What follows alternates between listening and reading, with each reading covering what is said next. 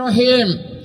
বাংলাদেশ জাতীয় পার্টি বিজেপির ঢাকা মহানগর আওতাধীন গুলশান থানার দ্বিবার্ষিক কাউন্সিলের আজকের এই প্রোগ্রাম এখানে উপস্থিত আছেন বাংলাদেশ জাতীয় পার্টি বিজেপির সম্মানিত সাংগঠনিক নেতৃবৃন্দ, সংগঠনের অঙ্গ সংগঠনের নেতৃবৃন্দ, মহানগরের নেতৃবৃন্দ। আপনারা জানেন গত 16 বছরে আমরা কোনোভাবেই কোনো জায়গায় কোনো ভোট দিতে পারি নাই। আমাদের যে একটি বড় ক্ষুধা তা হলো চাহিদা, তা হলো ভোটের চাহিদা। আর এই ভোট কিভাবে আমরা দেব? আমাদের এই চাহিদা সামান্য হলো পূরণ করার জন্য পার্থ ভাই আমাদেরকে একটা অপশন দিয়েছেন। এরপর থেকে আমাদের কোনো নেতা নির্বাচিত হতে হবে ভোটের মাধ্যমে।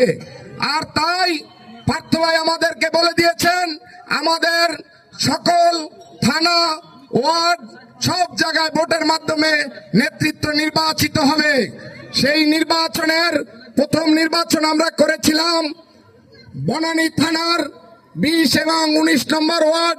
আমরা দেখেছি রাতে কত সুশৃঙ্খল ভাবে আমাদের নেতৃবৃন্দ সেখানে ভোট প্রদান করেছেন।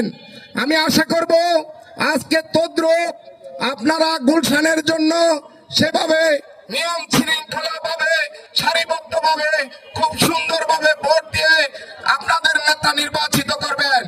আর যে নির্বাচিত হবেন উনিও আমাদের ভাই, যে নির্বাচিত হবেন না উনিও আমাদের ভাই। সবাই সুশৃঙ্খল ভাবে আমরা বিজেপিকে গড়ে তুলব এবং বাংলাদেশে আমরা এভাবে রাজনীতি করব আগামীতে বিজেপি যাতে বাংলাদেশের ক্ষমতায় যায় ইনশাআল্লাহ। এই আশা ব্যক্ত করে আমি আমার শেষ করলাম। আল্লাহ হাফেজ।